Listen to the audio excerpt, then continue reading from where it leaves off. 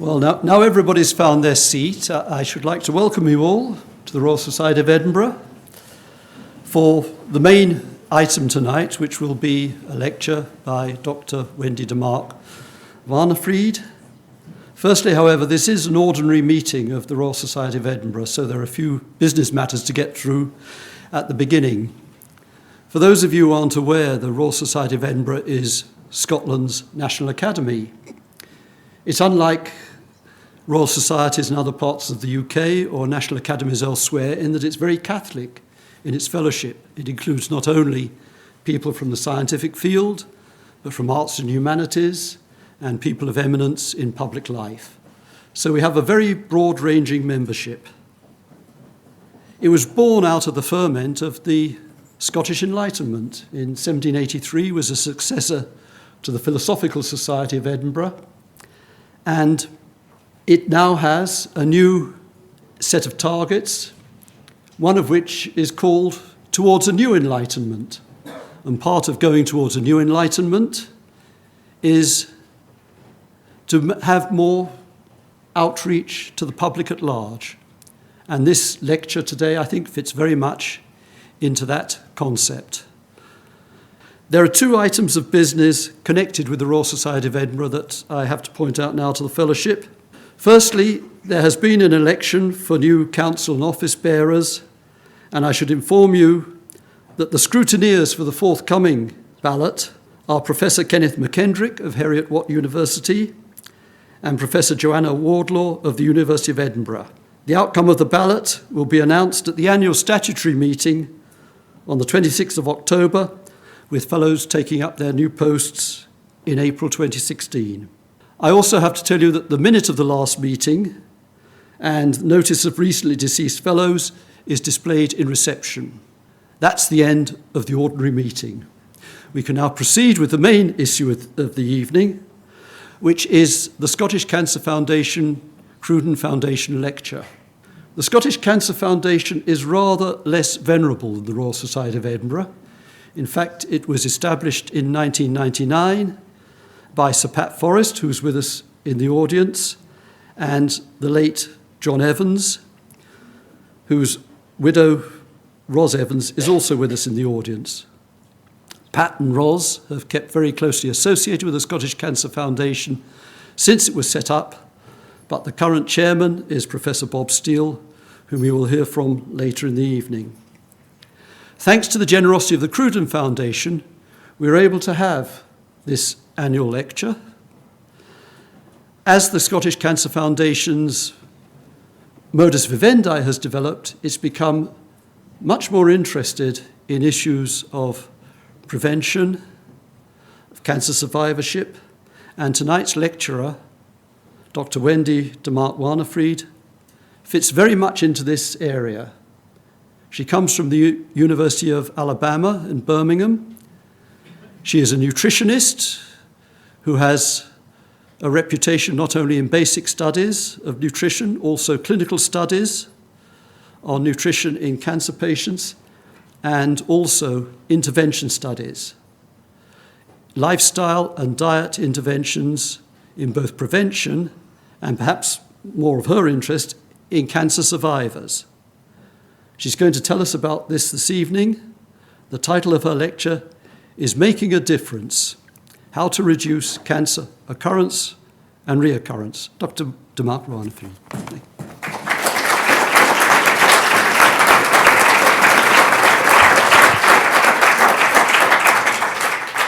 Well, thank you so much. It is an honor to be here. Venerable as, for the Royal Society of Edinburgh, it's just a terrific honor.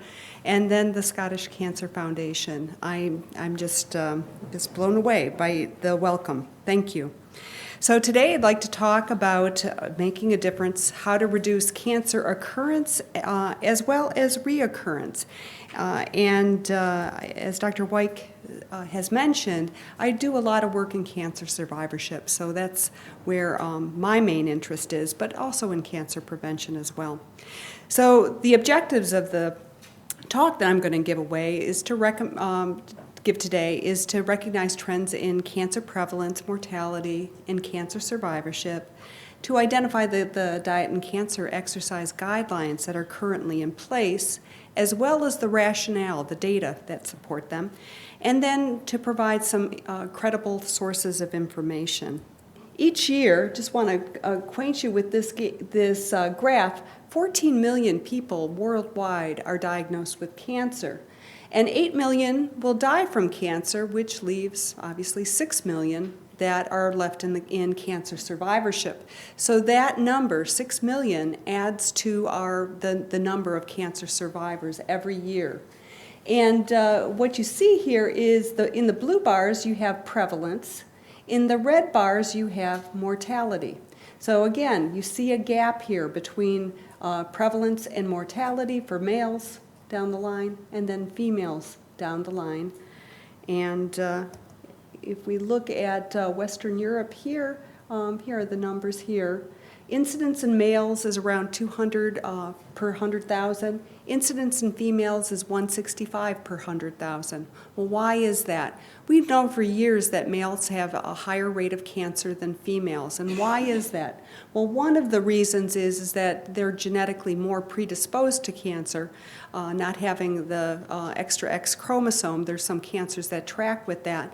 But men tend to have also riskier health behaviors. And that's what this talk is going to talk about today, at least with regard to diet and exercise. So there are roughly, currently, 33 million cancer survivors worldwide, roughly a million of them in the UK. And the signature of cancer survivors looks remarkably similar worldwide, in that you have the largest segment being breast cancer survivors, the second largest sector being colorectal cancer survivors, and then the third largest sector being prostate cancer. And together, those three cancers make up the largest, roughly half of the pie. And there's the reasons for that is these are very common cancers that people get. They are also cancers that people tend to survive. So the number of survivors is quite remarkable with regard to those numbers. Now, because diet and exercise can make a difference for those cancer survivors, there are two sets of recommendations. And one is the WCRF AICR guidelines, and I'll go through them. I kind of pitched them side by side here, and then the American Cancer Society guidelines.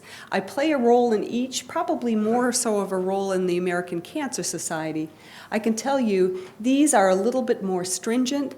The amount of literature that has gone over and reviewed for those recommendations is done so every 10 to 15 years, and they do an incredibly thorough job.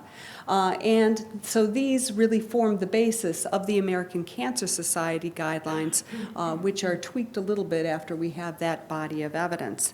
So I'm going to go through each of these recommendations, and we'll do them bit by bit, and again, the evidence that supports them. So if we look at weight, the recommendation from the WCRF is be as lean as possible without becoming underweight. American Cancer Society, a little bit less stringent, achieve and maintain a healthy weight throughout lifespan. So what data do we have to support that recommendation? Before we do that, and before dinner, I want you to locate your height and weight on here. And I didn't know whether I should use centimeters. So this is height in inches, and that might be a misplay on my part here. And here's body weight in pounds. What you're aiming for is obviously a BMI that's in the pink zone, as opposed to overweight and obesity that are featured in the light blue or the gray and the yellow zone. So obesity is now considered a pandemic. Worldwide, 35% of adults are overweight and 11% are obese, and that number has doubled since 1980. So the rates of obesity are just burgeoning. And there are select survivor groups where obesity is particularly noteworthy, breast and prostate cancer, for example. 65% of the world lives in a country where obesity will kill more of that population than malnourishment. And the medical costs for an obese person as opposed to a normal weight person are significantly higher. I tried to get the pound figure here, but I was unable to find it. However, in the US, an obese person racks up roughly $1,500 more of medical bills per year than somebody that's normal weight. So where else do we get our data from? Well, we also get our data from animals, laboratory animals. And this shows us here, this is a review by Steve Hursting, that here are various animals, big animals like cows, little animals like mice, and the difference in lifespan in those that are fed ad libitum, which is the blue bar, versus those that are calorie restricted, which is the gray bar here. And for the studies that are done on the large animals, they restricted the calories by 80%, but 60% of calorie intake for the animals that were the smaller ones. And what you find here is a universal trend. Animals that are energy restricted live longer. And so that happens in cows, it happens in mice, and there actually is one study that was done in 1956 by an investigator named Vajillo. It was a Spanish study and was reported before the days of any kind of ethics committee, where they put people that lived in an old age home on a calorie restricted diet, no informed consent, versus those that were not put on a calorie restricted diet. And in that historic study, which again would never get approved by the IRB today, what we find is that the people in that nursing home lived longer that were calorically restricted. So that's probably our only human study in that area. Here are some data that are more observational in nature, and looking at the rates of obesity, looking at the rates of cancer risk. So the risk of cancer with regard to overweight and obesity status. And now you see there used to be 5 cancers for very many years: postmenopausal breast cancer, colorectal, endometrial, kidney, esophageal. And these cancers were considered weight-related, for at least 20 years. And the blue bar represents the increase in risk for being overweight, and then the remainder, the red bar, is the increase in that you would get from being obese, so a little bit more fatter. So you see here that the clear winner here is endometrial cancer. And a woman that is obese has a 2.5-fold increased risk of having endometrial cancer or uterine cancer, as opposed to, or I think it's called cancer of the womb here, maybe, than a woman that's normal weight. But the new cancers on the block that now the data have collected, and now there is consensus, are pancreatic cancer, thyroid cancer, and gallbladder cancer. And those cancers were added within the past 3 years. Moreover, there is also probable evidence that ovarian cancer is also weight-related, and although there's no consensus at present, the data are gathering at such a rapid clip that there is likely to be consensus within the next year or two. So we know that people who are overweight or obese are more inclined to get cancer, but does intentional weight loss, so if we decide to tomorrow start cutting ourselves back, pushing away from the table, exercising more, can we start to make a difference?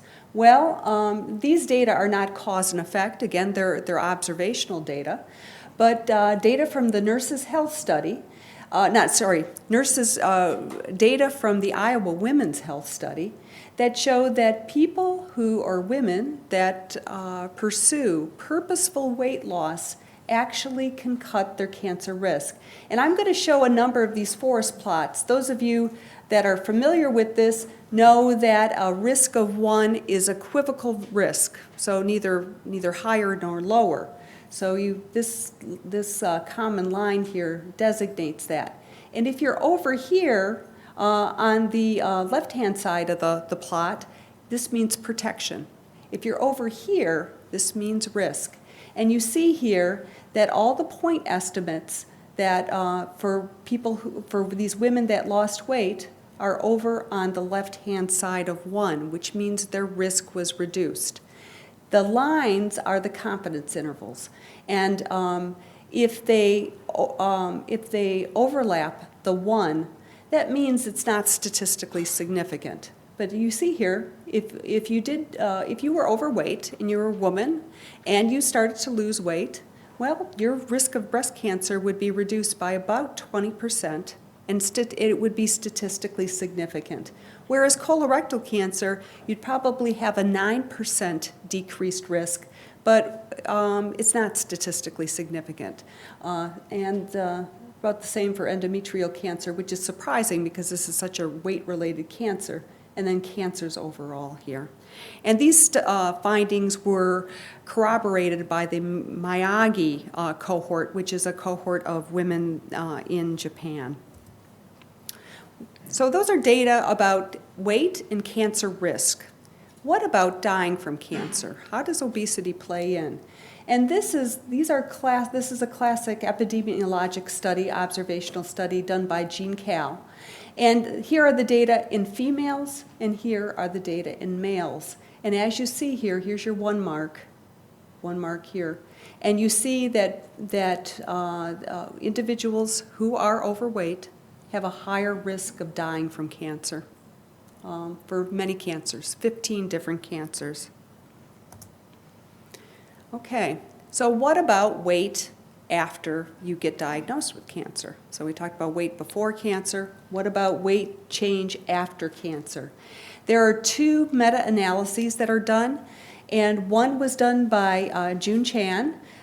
She did an analysis of 82 separate studies over 200,000 women, and found that women who gained weight, and for every 5 kilogram per meter increase in BMI from pre to post-diagnosis, basically the breast cancer mortality was around 30% higher.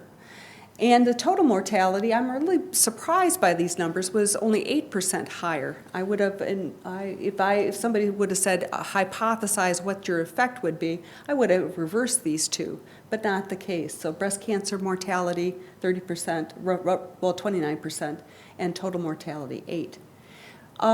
Kao and Ma did a similar study in men with prostate cancer, far fewer people. However, what they found is that men that gained weight after diagnosis had a 21% increased risk of biochemical recurrence. So their PSA started to rise after they had some sort of treatment if they gained weight. And their rate of dying from prostate cancer was 20% higher as well. And then we also have meta-analyses that look at BMI and total mortality. And again, here's your one line, and you see the lion's share of point estimates all over here point to the fact that BMI is a risk factor for total mortality. So the data are very, very strong. But we don't necessarily know why that happens. So there are a host of hypothesized mechanisms whereby obesity drives cancer. Inflammation is one. Individuals who are obese, the fat, the adipose tissue that people have on board, it produces things like IL-6 and various inflammatory markers that then can play into cancer. Same thing as far as the generation of various adipokines, leptin, leptin in particular, growth factors. Some of them are known as epithelial-derived growth factor, VEGF. Sex steroids, if you have more fat and you're a woman, your fat starts to produce estrogen. So that also plays into cancer. Binding proteins. So if you're a woman and you're fatter, you not only produce more estrogen, but you produce less binding protein that then renders that estrogen free to act on various tissues like the breast, the ovary, and that can cause cancer. higher rates of insulin, higher rates just of if you're eating more food, you have more glucose in your system, you have more free fatty acids, and that can feed the tumor. And plus, you could also have conditions that make that tumor grow faster, so diabetes, for example. And then on the converse side, there are drugs that could have an effect. So metformin may be one way that you could reduce your cancer risk and reduce your rates of cancer. We don't know that definitively. There's studies that are currently being done right now. Now, what about weight loss interventions? The very first trial was done in Europe to try to see if weight loss would be protective for women that had breast cancer. And this study was done by Deward back in, it was reported in 1993. It was actually being done in the 1980s. And Deward was a scientist that was ahead of his time because he tried to recruit for this study, and all the oncologists said, I am not going to have any of my patients sign up for that study because it sounds so weird that why would you be trying to make women that have breast cancer lose weight? And as it turns out, he had to close the study. He did show that the intervention had no ill effects. And since that time of Deward, there have been 17 other reports of weight loss trials done primarily in breast cancer populations. They range from 2 to 18 months.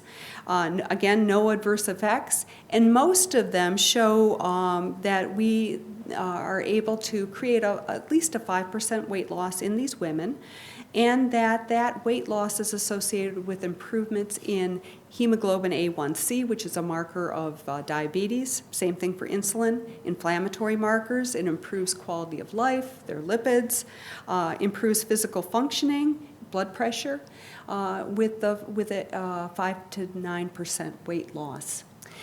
Currently in the field or in analysis, in fact, I'm from the University of Alabama, and we were a site for this last one that's featured here, the energy trial. And that was a trial of 692 women with an intervention. Success C is primarily in Germany, and Diana 5 is primarily in the Mediterranean regions in Europe. And you see here the sample sizes that they're trying to shoot for here. Bear in mind that in order to get an answer as to whether weight loss will impact cancer recurrence or cancer mortality, we probably need a sample size of 2,500, 2,600 people. So these are still underpowered to see effect. We really do need studies in that area, big studies that can be done that can give us some answers. So I've been told that I should try to give some common sense techniques to try to inform people as far as, well, what should I do if I'm trying to lose weight? One is setting a goal. And I know that I'm coming over here to Edinburgh for my vacation, and I'm not going to even try to lose weight during my vacation.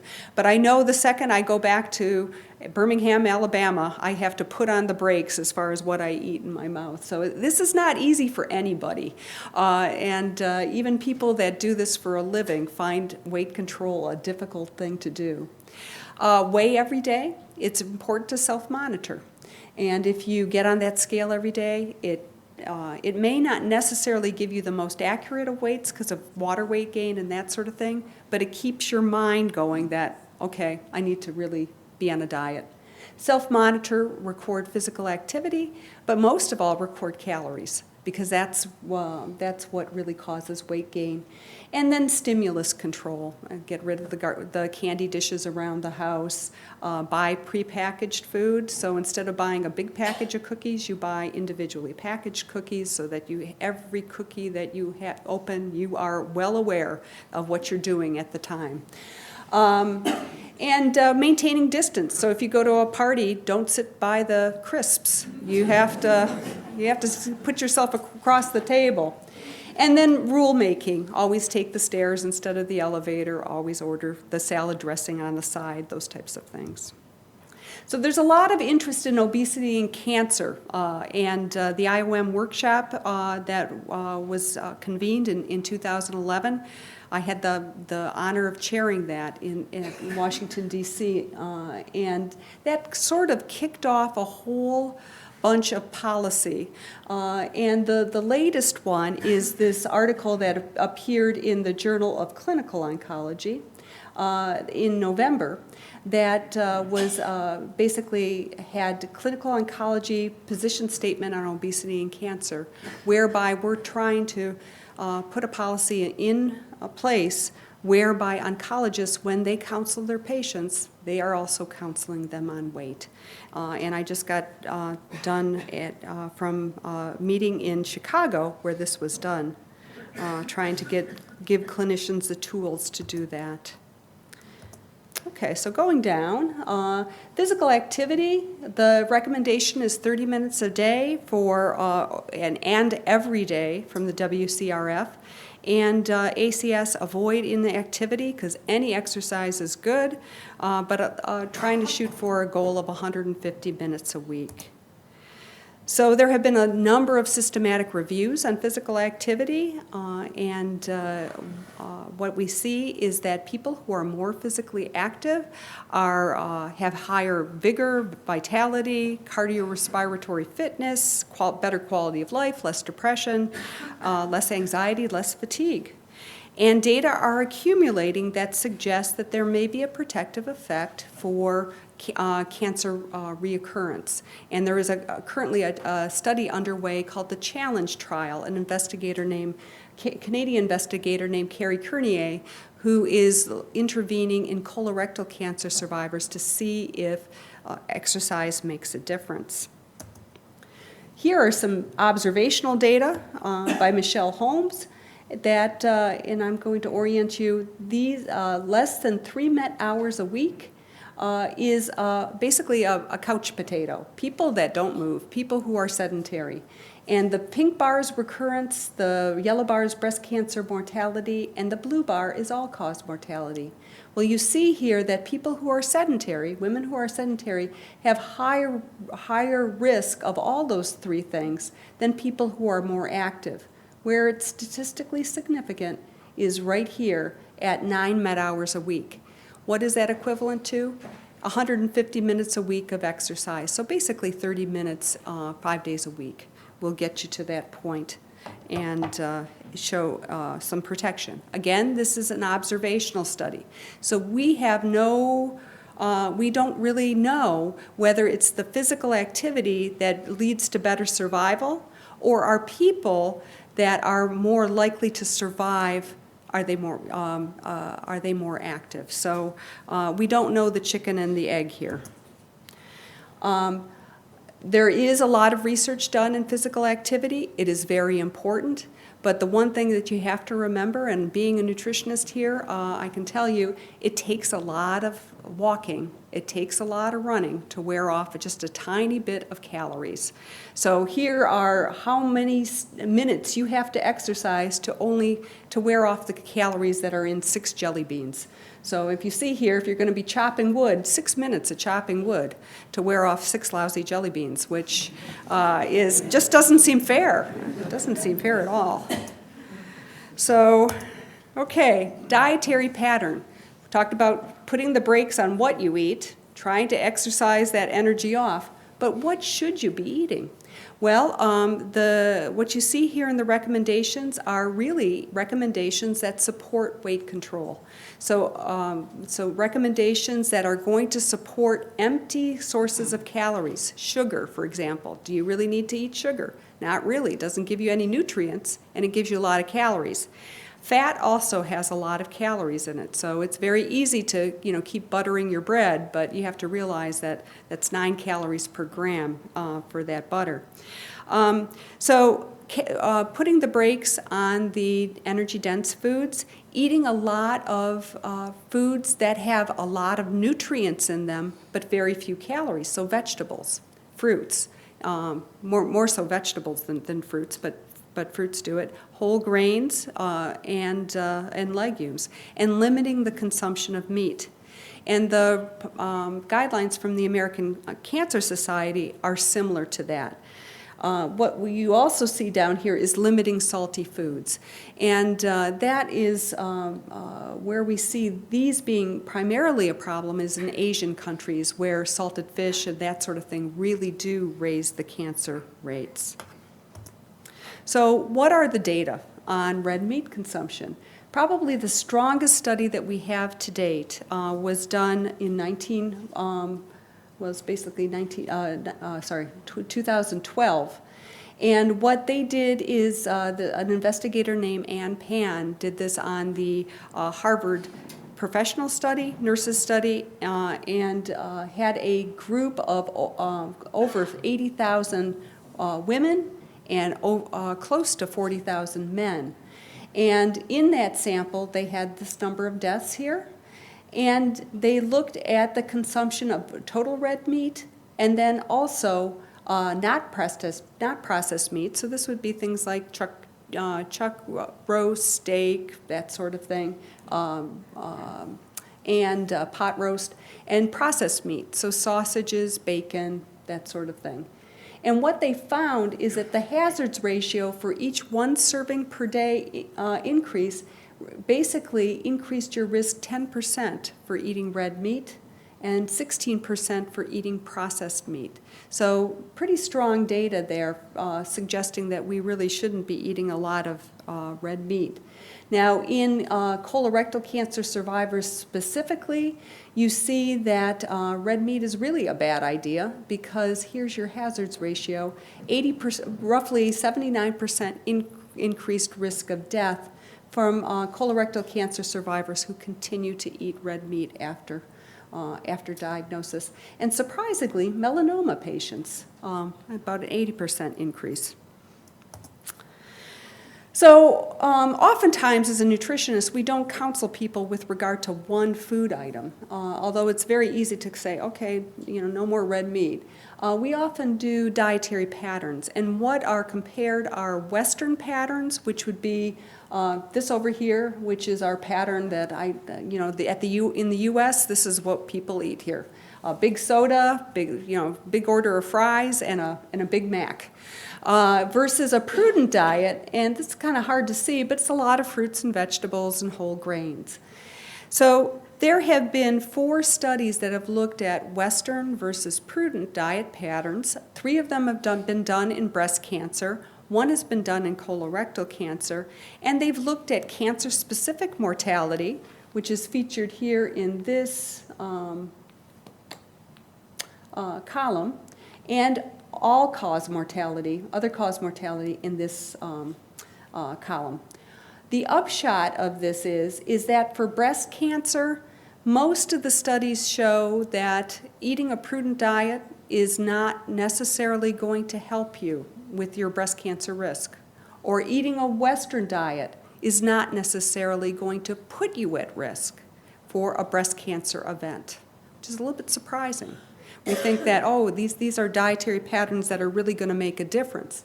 However, where you see your difference is over here in this all other cause mortality.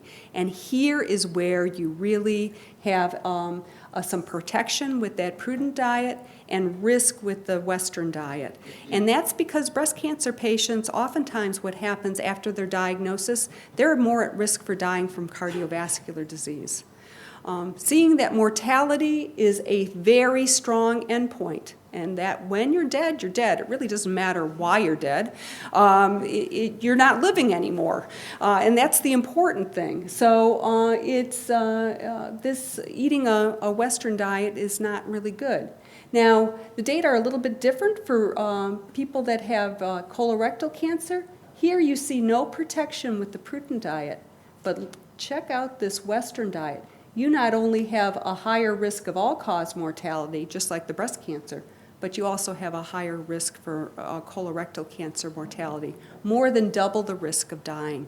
There also has been studies, 3 out of 4 studies looking at diet quality that show that diet quality, the higher it is, and usually a high dietary quality means you're eating a lot of whole grains, fruits, and vegetables. That has a protective effect for overall mortality. So the studies are consistent in that area. Again, these are observational data. So what about actual trials? Well, there have been 2 actual trials that have looked at fruit and vegetable consumption or fat in the diet, and they looked in women that have breast cancer. And the first study I want to mention to you is the Women's Healthy Eating and Living study. It was a study of over 3,000 women with early-stage breast cancer. And the intervention was to eat 5 servings of vegetables a day, plus 16 ounces of vegetable juice, plus 3 fruit servings, totaling to about 30 grams of fiber a day, and to restrict dietary fat to 15 to 20% of calories. And what they did is they followed these women for 10 years. Look at what they found. You couldn't get more equivocal results if you tried. These are even Steven. So that shows that there's no effect here of the intervention. And everybody said, why? Why is that? Let me show you the other study. The other study was the WIN study. And that was done in over 2,000 women, again, early stage breast cancer, so same population. And what the intervention here was a low-fat diet, featured here in the yellow bars, and that was less than 15% of calories from fat, and also making sure that these women followed a healthy diet, so try to correct any nutrient deficiency, versus the blue bar, which was correcting any nutrient deficiencies. And I apologize, these p-values came out a little bit small. But what you see here is that for all patients, it was good if you were assigned to the low-fat arm because they had significantly fewer breast cancer events. And then what they did is they did subgroup analysis. They looked at women with estrogen receptor positive breast cancer versus estrogen receptor negative cancer. The hypothesis is that they would see most of their effect in this group. Well, they didn't, and this is why you do the study. You don't know the answer. They saw most of their effect in the ER negative. And that's great, one, because for treatment, the treatments for ER negative cancer are not as effective right now. So this kind of shows that, well, maybe by diet, we can actually have an impact on these women who are very hard to treat.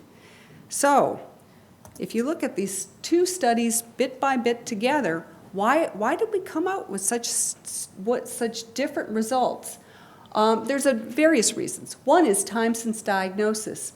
The WINS trial, that's the low-fat diet that I just featured, recruited women within the year of diagnosis, whereas the WELL trial kind of expanded that within 5 years.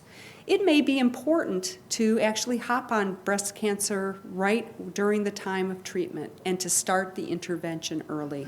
We don't know that for sure, but this is why we're speculating we see differences between the 2 studies. The other is the heterogeneity of the sample. The WIN study was just done on postmenopausal women, whereas the WELL study was done on pre-post-peri. This is a real big thing. Screening for previous diet. So the WINS trial, before women were enrolled in the trial, they found out what those women were eating, and if they were already eating a low-fat diet, they said, I'm sorry, we can't, you're not eligible for that trial. But the WELL study, they didn't do any kind of screening. And most of the women that were recruited for this trial came from California. Now, I don't know if Europe has any kind of regions like we do, but in the U.S., we always kind of treat California like a different place. Because the people are different in California. They eat a lot more fruits and vegetables. They're into Zen and all kinds of different mind-body types of things. And in this case, they didn't screen, and the average intake at baseline for Californian women, primarily, 7.4 servings. Very hard to make a difference if you're seeing that ceiling effect. And then other factors. The WIN study, when women were on the low-fat diet, they lost 6 pounds on average. And these women were weight stable. And some people say, well, now that we're seeing so much difference with weight, we really do believe that weight is driving the effect that we see in the reduction in breast cancer events. So other things I just want to touch on are functional foods. Now, what is a functional food? Functional foods are whole foods and fortified, enriched, or enhanced foods that potentially have a beneficial effect on health when consumed as part of a varied diet. So that is the definition of a functional food. Now, there are a host of functional foods that are now being investigated because they have specific properties. Soy, tomatoes, flaxseed. In fact, we did a lot of work in flaxseed in my lab. Broccoli, garlic, berries, turmeric, which is a spice used for Indian cooking, green tea, and wine. Now, that's not to say there's people that are doing research in bitter melon. There's research done in a whole host of other areas. These are really the top foods that are being investigated at this point in time. And unfortunately, we don't have enough data to either support or refute a statement on whether eating these foods is good or not. There are some studies, but right now they're going back and forth, and we don't know exactly what to say about these functional foods, except that, gee, they're very interesting. Gee, when you isolate some of their nutrients, they do very well in a petri dish, but we do not know what they do in human beings. So alcohol, limit to 1 to 2 drinks a day. Now, this is a very curious thing to put on a recommendation, but people do need to know how much they should drink. And this is a very common question, particularly after a cancer diagnosis. Now, alcohol has a direct association with various cancers, particularly cancer of the kidney, head and neck, primary risk of breast cancer. So therefore, no amount of alcohol is considered safe because your risk rises linearly. So why are these recommendations on the cancer guidelines? They're on the cancer guidelines because people that have been diagnosed with cancer die of cardiovascular disease at increased risk.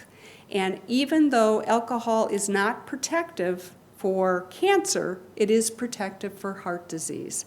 And since that's the leading killer, that's why these recommendations still stand. Though, if a individual is a survivor of head and neck cancer, no alcohol for that person, because that really does lead to complications and problems. If you are a survivor of other cancers, the choice is less clear. And for women with breast cancer, what we often tell our patients is you have to look at your family tree and really see which of your family dies of breast cancer and which of your family dies of cardiovascular disease, and let that really guide your decision. So last topic is supplements. And you see here, do not use supplements to protect against cancer, WCRF recommendation.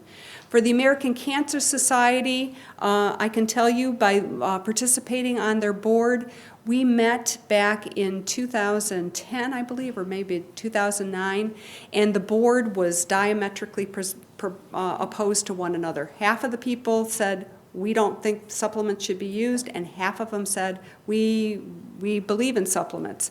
And we got into such a fight that we all went home. No decisions were made, and then 2 years we reconvened. And what was decided upon is that we would not have a statement like this that's as strong as this. But if you look at the verbiage that's in the whole article that was produced, we also said, do not use supplements against cancer. So why is that? Well, the field started off very promising is in cell culture and animal studies showing that single nutrients had a whole host of different benefits. But then there were some trials, the ATBC and the CARROT trial, that were done in individuals who were at high risk for lung cancer. And what they did is they did the alpha-tocopherol beta-carotene against a placebo. For both of those studies, it was better to be in the placebo arm. They had far fewer events than people that got the supplement. And since that time, there have been meta-analyses done that look at vitamin E in particular and beta-carotene and show higher risk with those two nutrients. There was also a trial called SELECT, selenium and vitamin E. And what the upshot of that trial, that was done in men that were at high risk for prostate cancer. The men that got the vitamin E were at had prostate cancer at higher rates than the men on placebo, and the men that were on the selenium had higher rates of diabetes. So to be on the supplement was not a great thing. And then as a nutritionist, we always said, oh, well, we're not ever going to recommend one nutrient, but if you take a multivitamin, that's all right. Well, then the results of the NIH AARP study came about that showed that multivitamins were now associated with increased risk. So these are not good data for the supplement industry. And why have supplement trials failed? Well, again, kind of getting back to what we talked about, or what I talked about with the Wells study. There has been really one very famous trial where the supplements have worked, and that was the Linshen study. And what separates that study from the ones that were done later is they screened their patients. People who are deficient do derive benefit from supplements. But for the average person on the street, if you give them a supplement, you put them at greater risk. You have to make sure that a person is deficient before you prescribe a supplement. The other thing that could be coming to play at here is that our intake long term may have more of an impact than intervention that's done short term. Those of you that are oncologists in the audience will know that we very rarely give monotherapy for cancer. We give a cocktail of different chemotherapeutic agents, and one targets one pathway, one targets another. Well, if you take one supplement, you are targeting one pathway, and it's very easy for your body to overcome that pathway. And we tend to rush these trials too. We don't do the rigor that we really should be doing to get these off the ground. So vitamins seem like such an innocuous type of substance. That we have Flintstone vitamins that we give our children, so they seem safe. But nobody does the rigor to find out, well, what sort of isomer is in that vitamin, and is this the most effective one that we should use, and are we getting a good mixture of that? And what happens is when we look at the data for, just happens to be data on lung cancer, we see that vegetable intake here, again, here's the 1 mark, and you see all this protective effects of vegetable consumption. But when you look at beta-carotene supplements, yes, you see some that are protective, but you see some that are not protective, and most of these lines encompass the 1. So when we try to pick anything out of a foods are very complex. They're made of all sorts of different types of nutrients here. And when we try to pick one thing out, we sometimes lose the whole is bigger than the sum of its parts. There's been one trial that is amply powered that was done in cancer survivors of supplements, and this was also done with alpha tocopherol, which is vitamin E and beta carotene, and it was done in 540 stage 1 and 2 head and neck cancer patients. So these are very sick patients, but what you find here is that the survival curve for the people that got the supplement was far lower than the people that got the placebo. And this number of second primaries, so second cancers, was almost threefold higher in the people that got the supplement than got the placebo. So again, very, very disturbing data with regard to supplements. And I deal with a lot of cancer patients every day, and it's amazing how many supplements people do use. I have people that participate in our studies that bring grocery bags of supplements. And I think about these data and I think, oh boy, we don't know what's happening there. So the bottom line on the supplements is, if you are considering a supplement, and some people, they believe in their supplements like they believe in the Bible. So it's very difficult to change their line of thinking. But it's important, if you're considering having a supplement, to have a dietitian analyze your diet first, check for blood levels to make sure you're deficient. And if you are deficient, then proceed with the supplement, but chances are you won't be. If you are going to consider a supplement, consider the lowest dosage and the most complex preparation possible.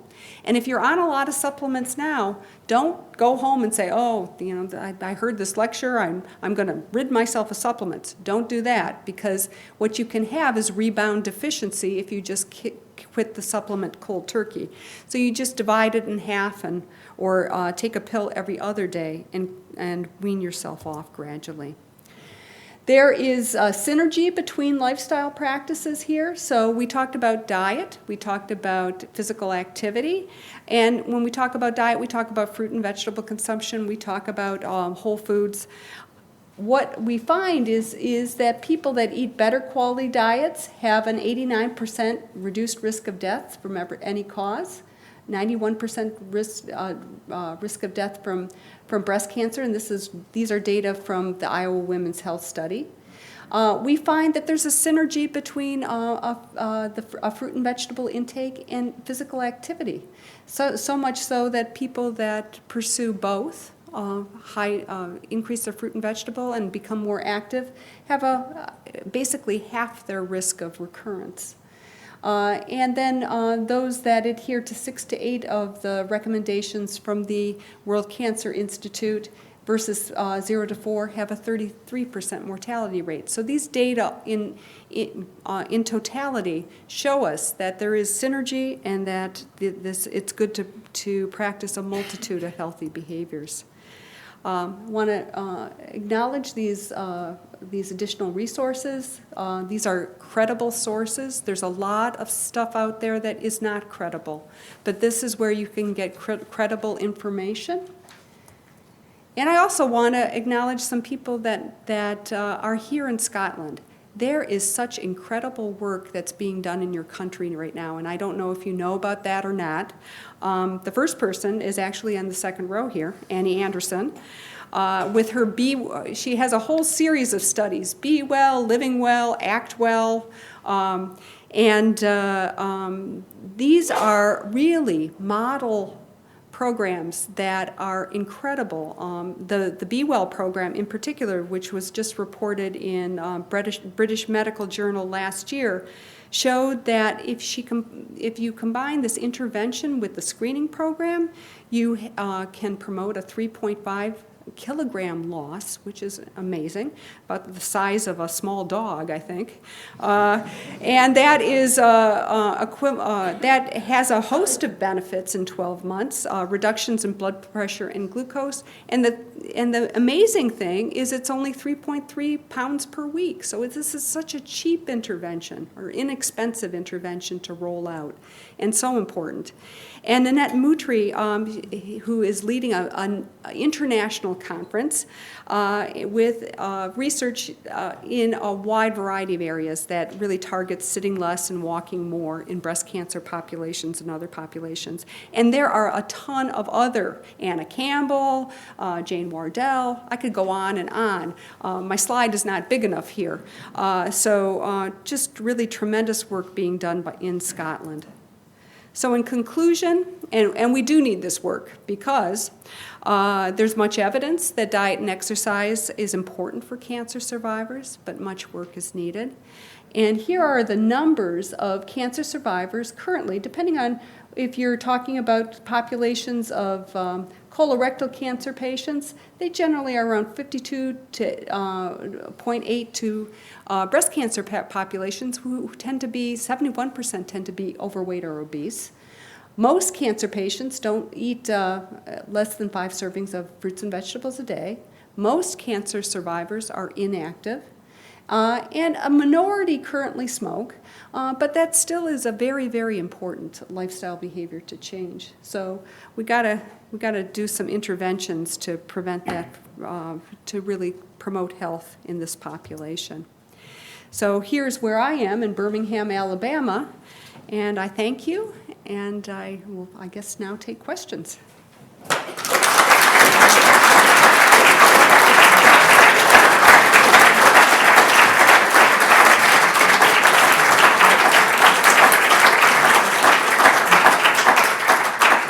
Thank you very much for a very informative and stimulating talk. Could I now ask Bob Steele, the Chairman of the Scottish Cancer Foundation, to lead the question and answer session? Bob.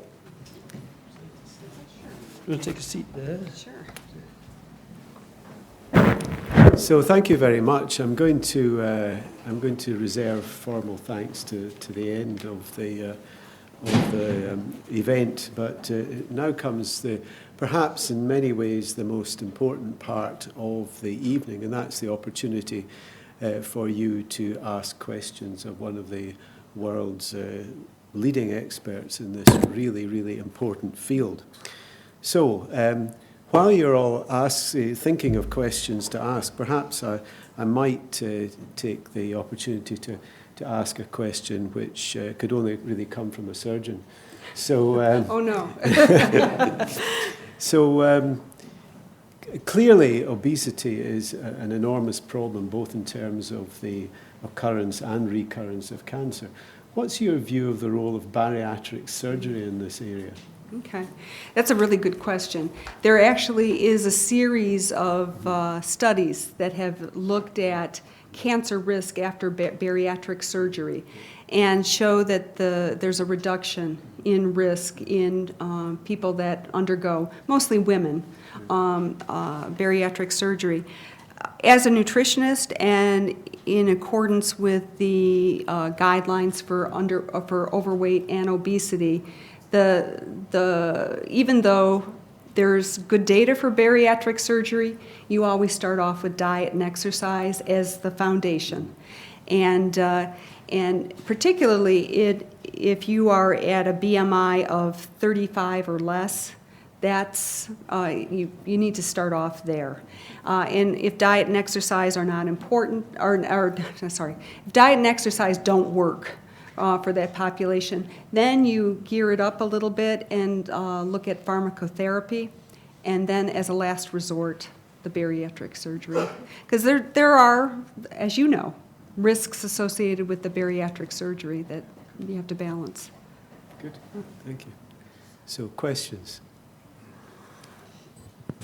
Please, Anna. Yes. Pleasure to meet you, Wendy. So this is one of the people that, Anna Campbell, right? Yes, that's correct. So she's also one of the big investigators here doing just marvelous work. Thank you. It's a great pleasure to meet you. I'd like to ask you about the 5 and 2 diet, which people are talking about as the new way to lose weight, where you do 5 days normal and 2 days lower calorie. What do you think of that? Is it safe, and do you think it would be effective for cancer survivors? Yeah, well, the thing is that there's always different diets that all kinds of fads, and anything that will sell a book will be out there. If you look at the data that emanate from animal models, where really this kind of had its genesis. So, you have those animals that are starved for so many hours and then refed. The most important thing that trumps everything is weight loss. So if you can cause that weight loss, then, it's any weight loss is good. And it really depends on the individual. So if that diet works for people, it's not such a bad thing to do. Now, there are some contraindications. So, for example, you couldn't do it in somebody that was diabetic and on insulin, because they take their insulin, they'll go into a low. But overall, you can, it would be all right. There's nothing, it wouldn't put people at harm. It probably would make more sense just to cut back, but everything works differently for different people. Okay. There's a question over here. If you could just wait for the microphone. I think there's one just there. Yeah. Thank you very much for a wonderful speech. I'm really grateful. I lived next to a cattle market when I was a child because I've been a vegetarian ever since. And I understand you're doing research on gardening as well, and gardening after breast cancer. I just wondered if you could tell us something about that. Yeah. We have an intervention now that we've been doing for about 3 years. And what we do is we try to promote, how we came about it is trying to promote vegetable consumption in our cancer survivors. And we thought that if we could have them start to grow a vegetable garden, it would be one way of that happening. So what our intervention is that we pair cancer survivors with a master gardener. And I was talking to Annie about this a little bit before the lecture. We have a program in the United States called the Cooperative Extension, and they have master gardeners who are trained and then have to volunteer so many hours of service per year. So for those master gardeners, we pair them with a cancer survivor, and they, over the course of a year, because we live in Alabama and we have 3 growing seasons, so we can grow a garden in the winter, in the spring, and then I don't know if the conditions are the same here. I'm not even sure that you can grow a garden in the summer here. But what we find with that intervention is it improves vegetable consumption, but surprisingly what it really improves is physical functioning, because people are bending down, bending over, getting a lot of exercise in their garden, and it's really helping them. So so we are doing that, and I really the data that we have are incredible. So I'd encourage you to start something here. More questions? Linda. Thank you very much, Wendy. That was really excellent. I learned a lot from that. I wanted to ask you about alcohol. You had a very limited amount of time in the presentation, and you were highlighting the cardioprotective effects of some alcohol consumption. I just wondered if you could go into a bit more detail. There's quite a bit of debate in the literature and in the field about the benefits of alcohol at any level. Mm-hmm. And we know that those protective effects are only in certain groups over certain ages, for example. Can you go into a bit more detail about whether even moderate alcohol consumption has a protective effect and how we should think about that in diet? Yeah, well, again, there's this dichotomy between cardiovascular risk and cancer risk. And even with regard to cardiovascular risk, now we're starting to see some hint that it would only protect a subpopulation. So those data are fairly new. We have to have confirmatory evidence on them. And the data that I didn't present with regard to cancer and breast cancer, because I really kind of skimmed over that, you're absolutely right, is that with regard to alcohol, you get more breast cancer events if you continue to drink. You don't tend to die of them, though. And so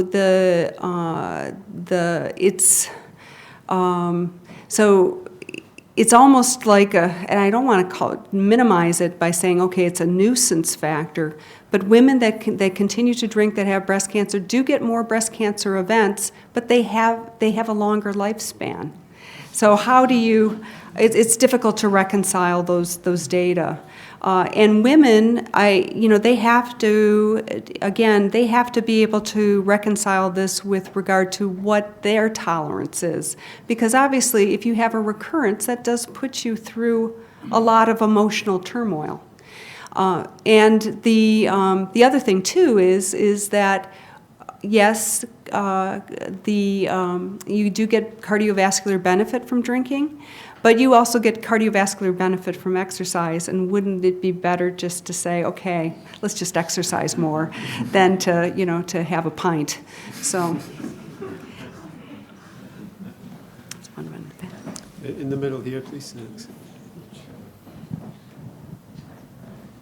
Good evening. There was a report in the media today about taking drugs that would enhance immune function, and that had a suppressive effect on melanoma.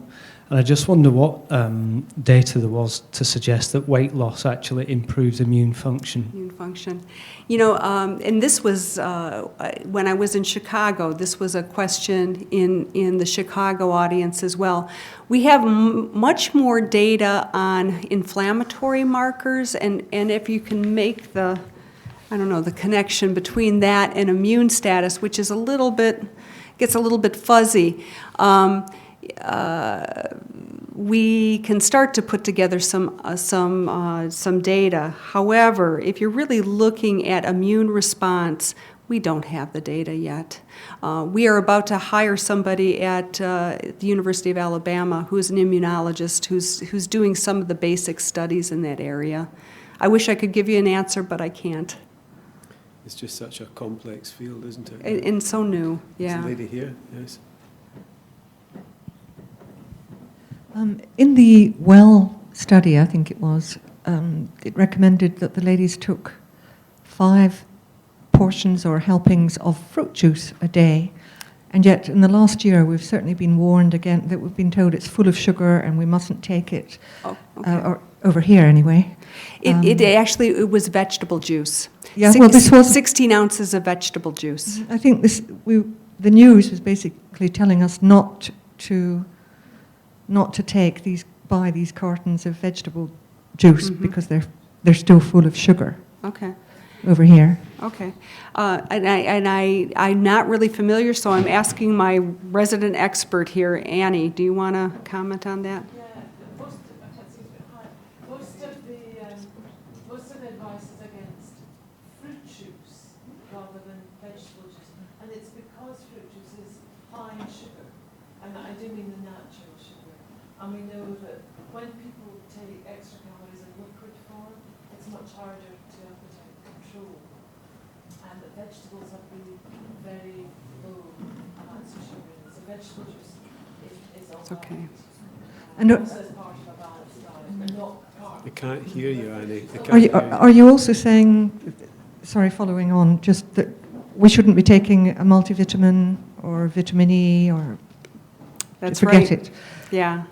That is correct. We don't recommend supplements unless individuals are malnourished, and there is either a diet. The diet has been looked at by somebody that actually knows, a registered dietitian, or there's some sort of biochemical test on blood. For example, vitamin D.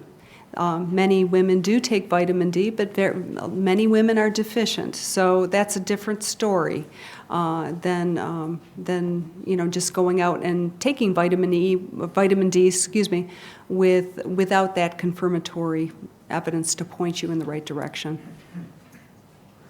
There's lots of questions. We're running a little bit short of time, so we'll take 3 more very brief questions. So that gentleman at the back who's got his hand up.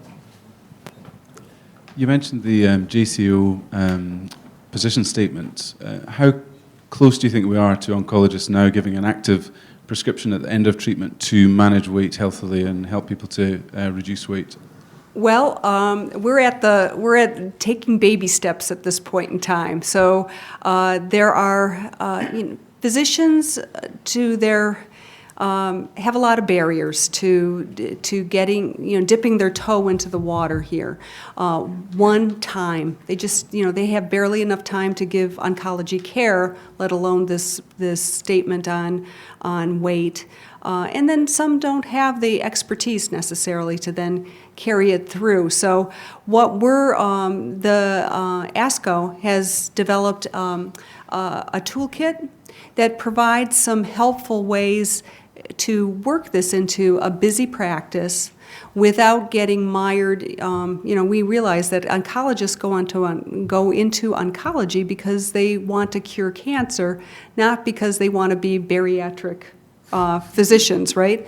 So, what is that balance, and how can oncologists motivate their patient? Because that's generally what they have to do, is motivate their patient enough so that then they can then refer them to a dietitian who can then, they have the time and the expertise to be able to do that diet instruction. So. If you haven't had a chance to look at the toolkit, to do so and see if that will help you, and then there's also a patient education materials that are companion pieces to that toolkit. Did I answer your question?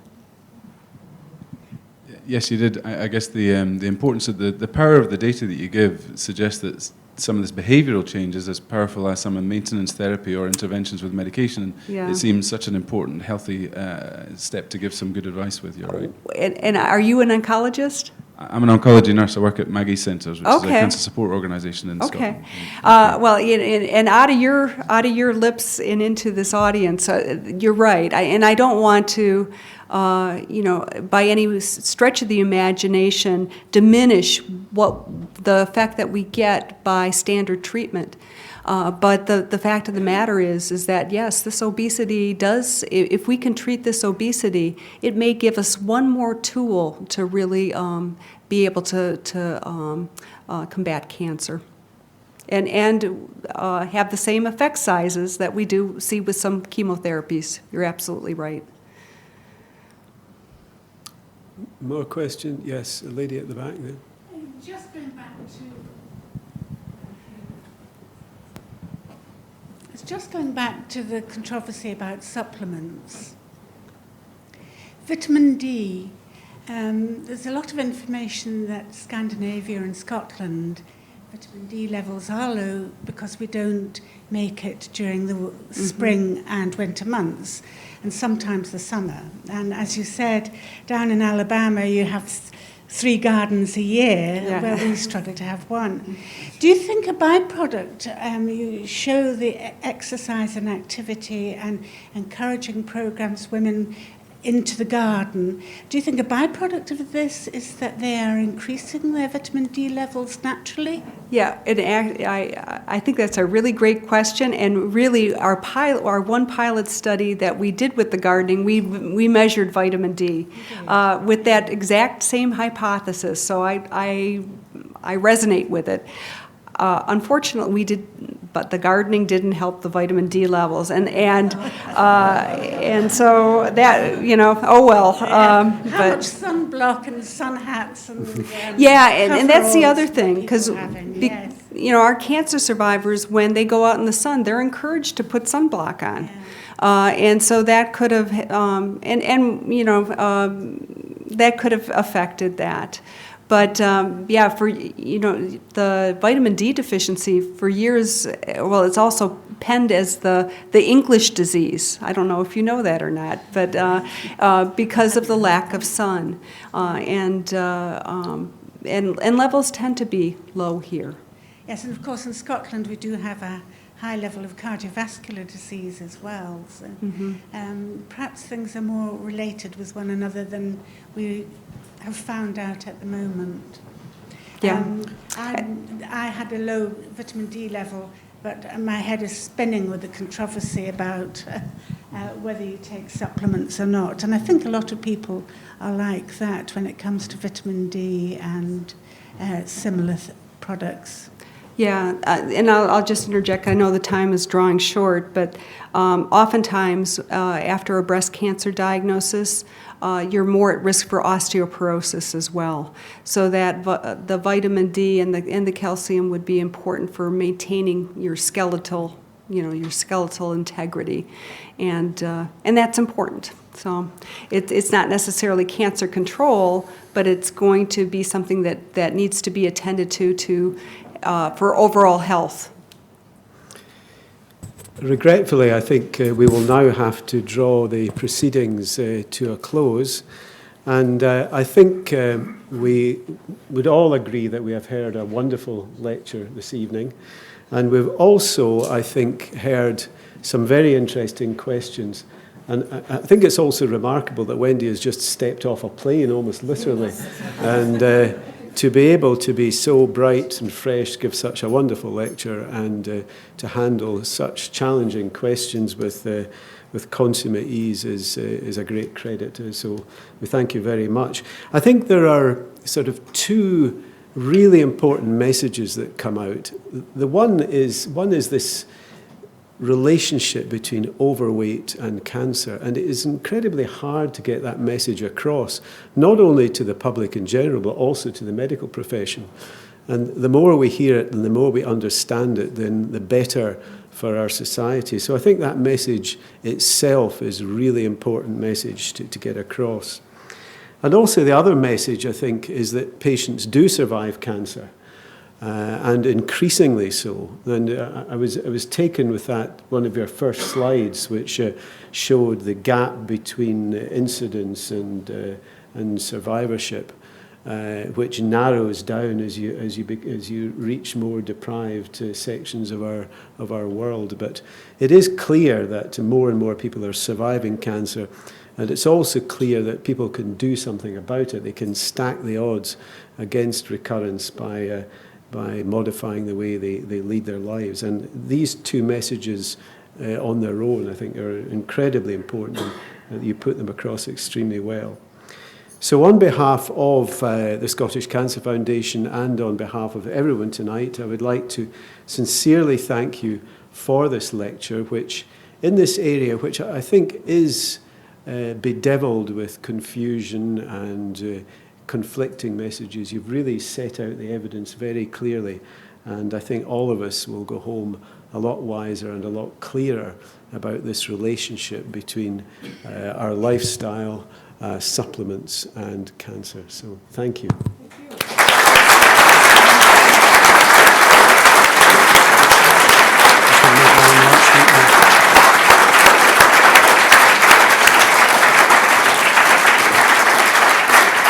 Can I just add my thanks to Professor Demark Wahnefried, and also tell you that if you want to learn about other RSE events, there'll be information at the registration desk, and to tell you also that you will each be receiving a short email with a questionnaire in which you can feed back about your views on the events that we do hold. Thank you very much. Thank you. You've been a very interesting audience.